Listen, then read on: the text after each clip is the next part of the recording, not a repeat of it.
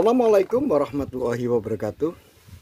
Bismillah, alhamdulillah, wa syukurillah, ala nikmatillah, la haula wa la quwata illa billah, amma ba'du. Pemirsa, ketemu kembali dengan Kelamang Putro, salam budaya warisan Nusantara. Pemirsa, sekarang saya ada di Gubuk, di wilayah Gampang Sejati, Kecamatan Laren. Ini di tengah hutan. Di sepanjang daerah sini banyak orang-orang yang menanam jagung.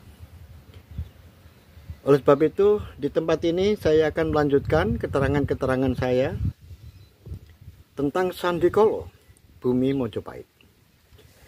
Pemirsa, di kesempatan yang lalu dijelaskan bahwa Paguhan dan Kahuripan sudah bisa membongkar rahasia pertahanan dari Tuban, yang mana Tuban menggunakan strategi perang atau yang disebut dengan gelar perang Supit Urang. Setelah dipelajari oleh Paguhan dan Kahuripan yang di bawah pimpinan Senopati Haryo Tembeng dan Senopati Haryo Banteng Lamat, maka diambil kesimpulan bahwa kelemahan dari pertahanan Supit Urang yang digelar sebagai pertahanan di Tuban, ini kelemahannya adalah pada Supit Urang. Lengan-lengan Supit Urang yang menurut Haryo Tembeng dan Banteng Lamat harus diisi oleh prajurit-prajurit berkuda. Tetapi di sini justru malah menempatkan prajurit-prajurit infanteri yang hanya bersenjatakan tombak tameng dan pedang. Nah, ini merupakan titik lemah. Oleh sebab itu, diputuskan untuk menggempur Supit Urang, baik itu sayap kiri maupun Supit Urang yang sayap kanan. Maka berangkatlah 10.000 pasukan yang berasal dari Paguhan dan Kahuripan. Paguhan 5.000 dan Kahuripan 5.000. Pemberangkatan itu dilakukan secara berangsur-angsur, karena pertempuran ini tidak boleh bocor, tidak boleh secara terbuka, sehingga pemerintahan pusat Mojopahit menjadi marah. Oleh sebab itu, Senopati Haryo Tembeng dan Senopati Haryo Banteng Lamat bersepakat untuk memberangkatkan prajurit-prajurit itu dengan menghindari jalur-jalur trawulan, jalur-jalur ibu kota dari Mojopahit. Oleh sebab itu, dari Paguhan dan Kahuripan semuanya tertuju kepada Ujung Galuh. Maka jalur Ujung Galuh adalah pintu yang dipakai untuk mengirimkan pasukan yang berasal dari Paguhan dan juga dari Kahuripan. Oleh sebab itu, Banteng Lamat dan Haryo Tembeng ini mengirimkan pasukan untuk Paguhan dari Ujung Galuh menuju ke barat, sehingga menyusuri daerah-daerah yang masuk wilayah, kalau sekarang adalah wilayah Lamongan, dan terus menuju ke Bojonegoro sampai terus ke Padangan. Kemudian dari prajurit-prajurit Kahuripan ditugaskan untuk menyerbu sayap kiri. Oleh sebab itu, Kahuripan hanya berhenti pada daerah Lamongan dan Bojonegoro. Tentu saja, titik lemah sayap kiri yang menurut Haryo Tembeng, penyerbuan itu harus mematahkan Supit Urang di bagian lengannya yang dijaga oleh prajurit-prajurit infanteri yang hanya bersenjatakan tameng, pedang, dan tumbak. Nah, itu yang harus dipatahkan. Demikian juga yang di bagian barat daya, di bagian barat, harus mematahkan lengan supit orang bagian kanan.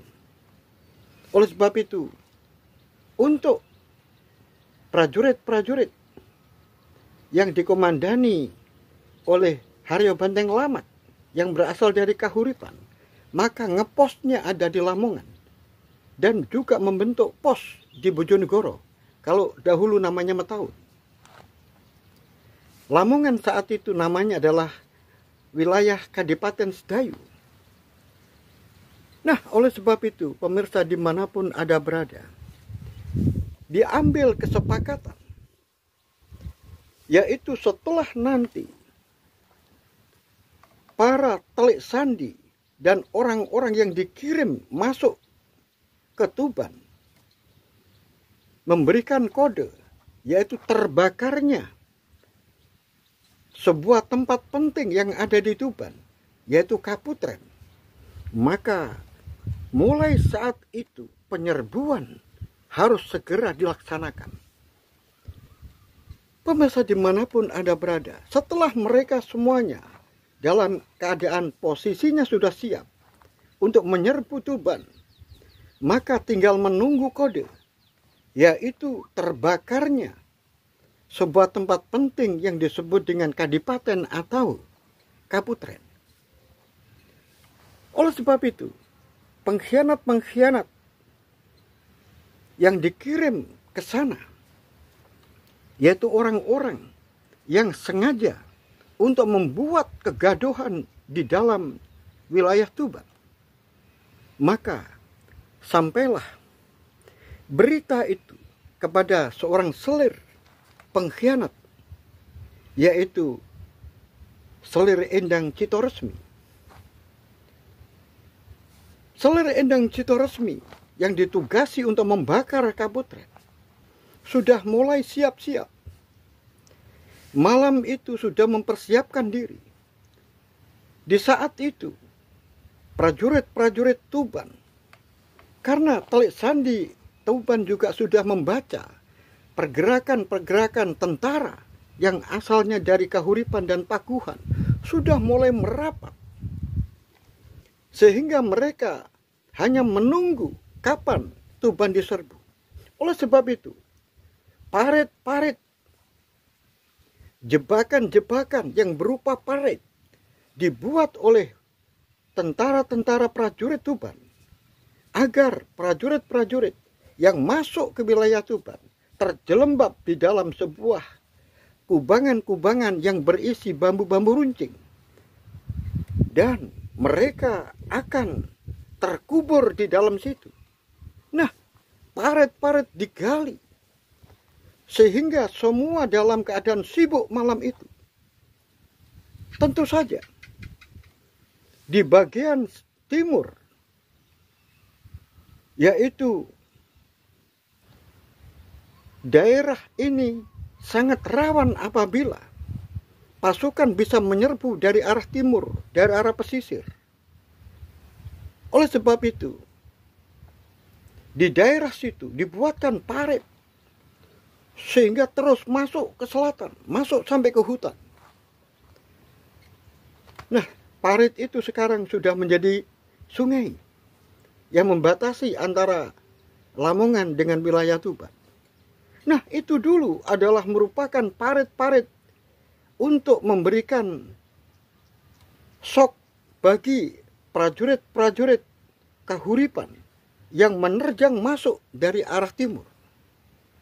Sehingga prajurit-prajurit yang berasal dari santri, yaitu santrinya Zainal Kabir atau Syekh Huriro, sudah dipersiapkan di tempat itu. Di sepanjang parit itu mereka sembunyi, sehingga nanti pada saatnya ada pasukan Kahuripan yang menyerang ke barat, mereka terperosok di dalam parit-parit buatan itu. Maka yang lolos dari parit itu akan diserbu oleh para santri yang berasal dari Ngisi Harjo, yang langsung dipimpin oleh Zainal Kabir atau Syekh Hurairah. Pemirsa dimanapun Anda berada, di tempat di mana Endang Citoresmi berada, maka Endang Citoresmi mulai berpikir untuk melakukan pembakaran Kaputren. Maka diam-diam dia mengumpulkan benda-benda yang mudah terbakar, yaitu gombal-gombal atau apa saja yang sekiranya mudah terbakar. Lantung atau minyak mentah sudah disiapkan di kamarnya Endang Citoresmi. Kemudian, karena kamar yang ada di tengah, yang dahulu ditempati oleh seorang selir yang namanya Gandri, yang beberapa bulan yang lalu sudah dieksekusi oleh Demung Lambit, maka mulailah dipersiapkan barang-barang yang mudah terbakar itu ditempatkan di dalam bilik yang dulu ditempati selir Gandri. Tidak ada yang menyangka dan tidak ada yang mengira, karena bilik-bilik itu hanya ditempati oleh Endang Citoresmi dan Dewi Wonowati. Dewi Wonowati yang benar-benar selir yang taat, tidak terlibat, tidak banyak bicara. Dia juga tidak mengerti apa yang akan dilakukan oleh selir yang pertama, yaitu Endang Citoresmi. Maka di pagi hari sebelum matahari terbit, terbakarlah yang namanya Kaputren. Api semakin besar dan semakin besar, sehingga akan melalap kadipaten. Oleh sebab itu, dengan sendirinya, prajurit-prajurit itu tanpa diperintahkan, semburat pergi untuk memadamkan api itu. Dan api semakin besar karena saat itu musimnya dalam musim kemarau, sulit didapatkan air. Di saat-saat prajurit-prajurit ini sibuk memadamkan api yang terus membesar ini, maka tersiar kabar di bagian tenggara, prajurit-prajurit mendapatkan laporan kalau ada serbuan dari Kahuripan. Orang-orang Kahuripan sudah banyak yang menyeberang Bengawan Solo untuk memasuki wilayah Tuban. Merata mulai di daerah-daerah tepi Bengawan Solo di bagian timur hingga sampai ke Bojonegoro. Mereka semuanya dalam posisi siap untuk menyeberang. Maka prajurit-prajurit itu dikerahkan untuk mempersiapkan diri sesuai dengan tugas masing-masing. Di saat orang-orang ini yang langsung dikomandani oleh Senopati Temenggung Wilotekto atau Pangeran Santi Brojo menyongsong prajurit-prajurit Kahuripan yang akan menyerbu Tuban, maka di bagian barat daya, arah dari Lasem, tersiar kabar datang prajurit yang begitu besar yang dipimpin oleh Panglima Perang dari Paguhan, yaitu Haryo Tembeng.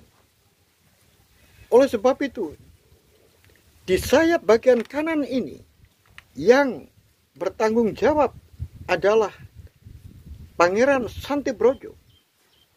Oleh sebab itu, Pangeran Santibrojo dengan pasukannya mempersiapkan diri untuk menggempur, menghadapi orang-orang yang datang dari arah barat daya.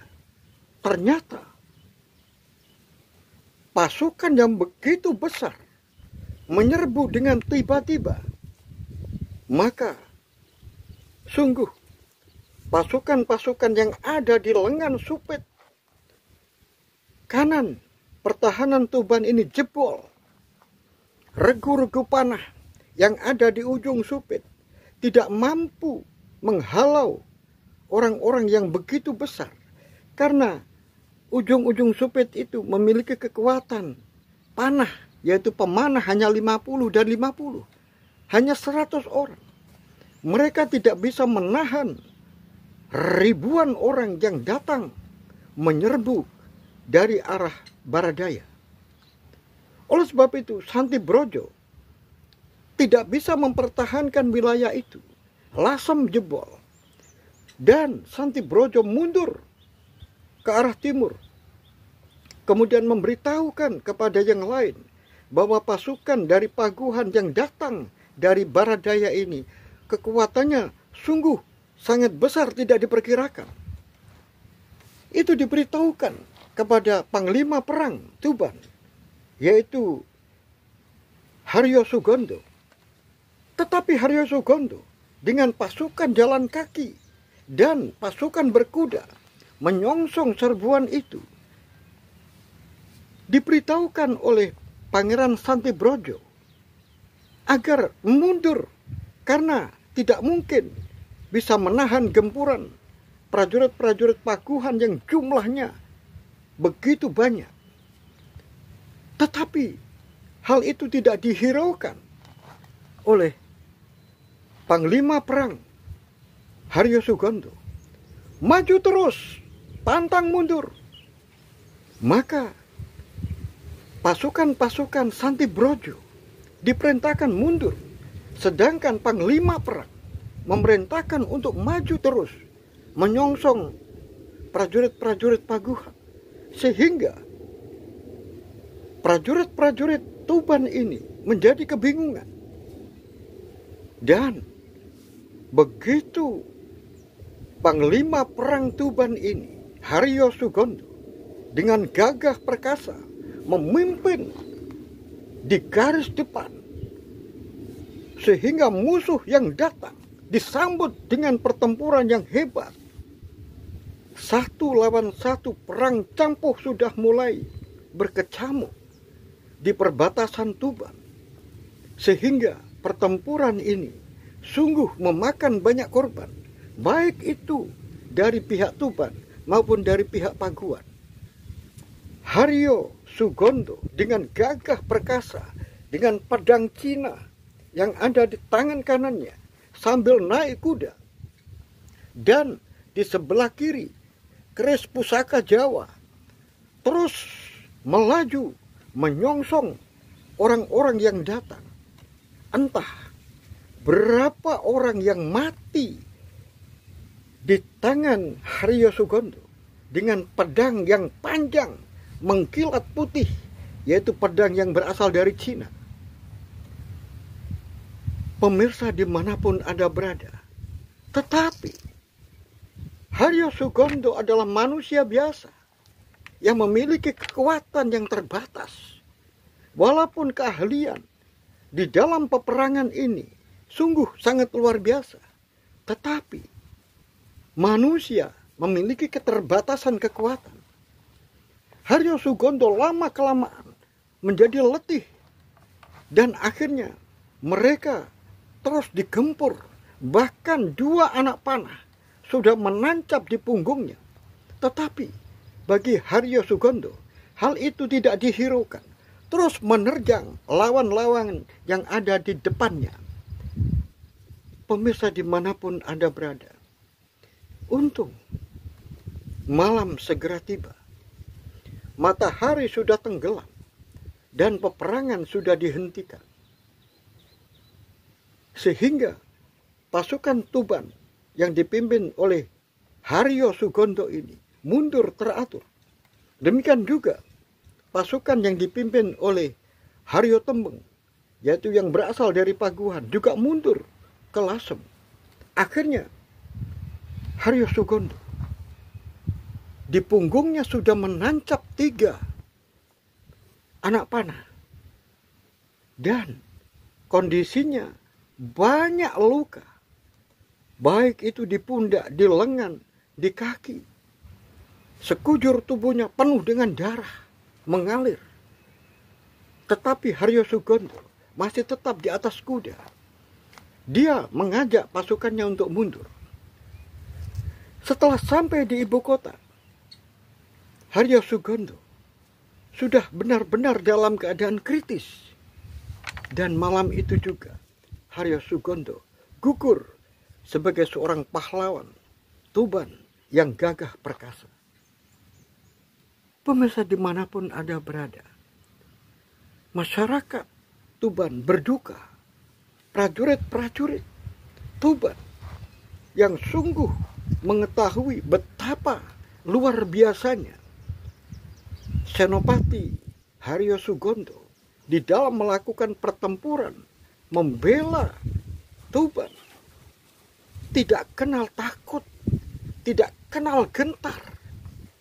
Sekarang sudah tiada. Oleh sebab itu, malam itu juga Haryo Sugondo sebagai seorang senopati panglima perang harus dimakamkan. Karena besok paginya akan mempersiapkan pertempuran yang lebih hebat lagi. Akhirnya Adipati Haryo Tejo mengangkat penggantinya sebagai panglima perang tertinggi, yaitu Senopati Santi Brojo atau Temenggung Wilotikto. Pemirsa dimanapun Anda berada, malam itu juga banyak prajurit-prajurit yang gelisah. Apalagi penduduk. Mereka sejak pagi sudah banyak yang mengungsi entah kemana. Tiba-tiba malam itu terdengar kabar yang mana ada pasukan yang berpakaian putih-putih yang jumlahnya begitu besar datang dari arah Madiun, Ngawi sampai ke Padangan. Kemudian mereka menuju ke wilayah Tuban. Pemirsa dimanapun Anda berada, pasukan dari mana? Pasukan ini kemudian memecah menjadi 2. Ada yang menuju Lasem dan ada yang menuju ke wilayah Tuban. Dia adalah pasukan yang berasal dari Keling, yaitu pasukan utusan dari Raden Bre Kertabumi yang dipimpin oleh Haryo Bangah dan yang dipimpin oleh Raden Haryo Gajah Poro. Raden Haryo Bangah kemudian menuju ke Lasem menemui pimpinan yaitu Raden Haryo Tembeng.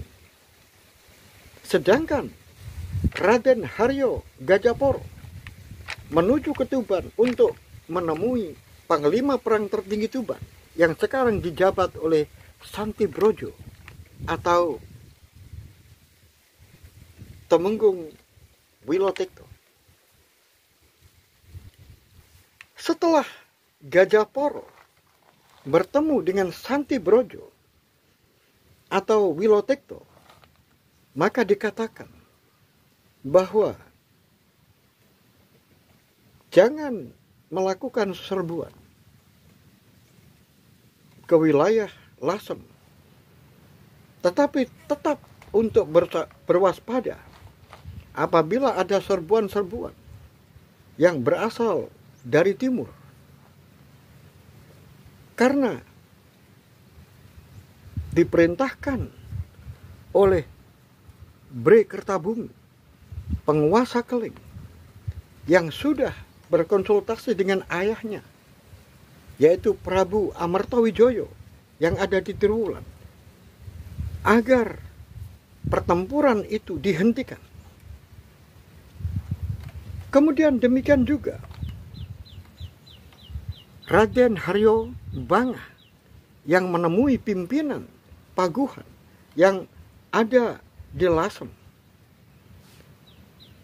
Maka setelah ketemu dengan Haryo Tembeng, maka surat yang berasal dari Raden Bre Kertabumi, penguasa Keling,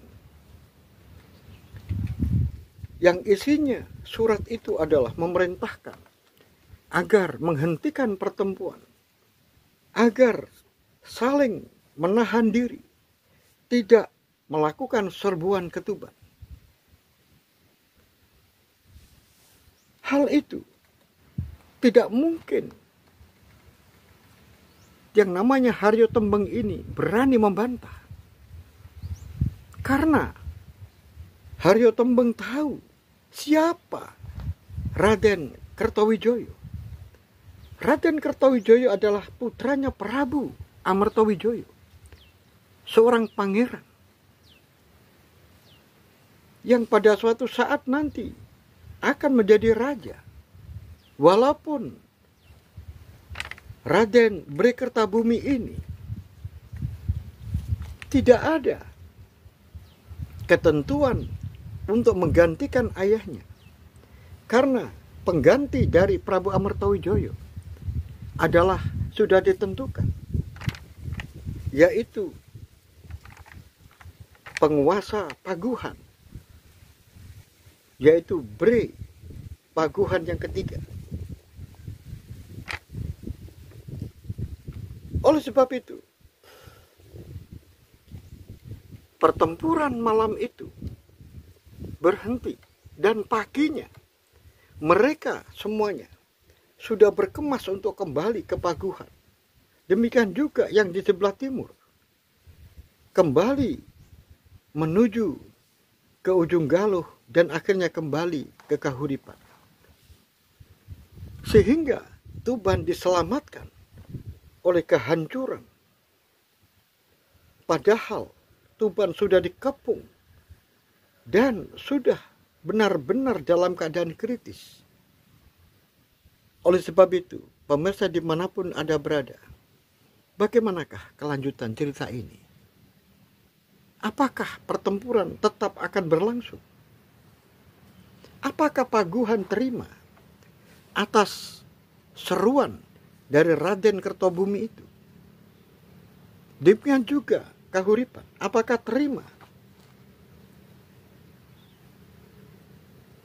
Paguhan diperintahkan untuk berhenti menyerbu Tuban? Oleh sebab itu, pemirsa dimanapun Anda berada, bagaimanakah kelanjutan cerita ini? Ikuti terus cerita ini sampai selesai. Sampai di sini akhirul kalam. Billahi taufik wal hidayah. Waridul inayah. Assalamualaikum warahmatullahi wabarakatuh. Salam budaya warisan Nusantara.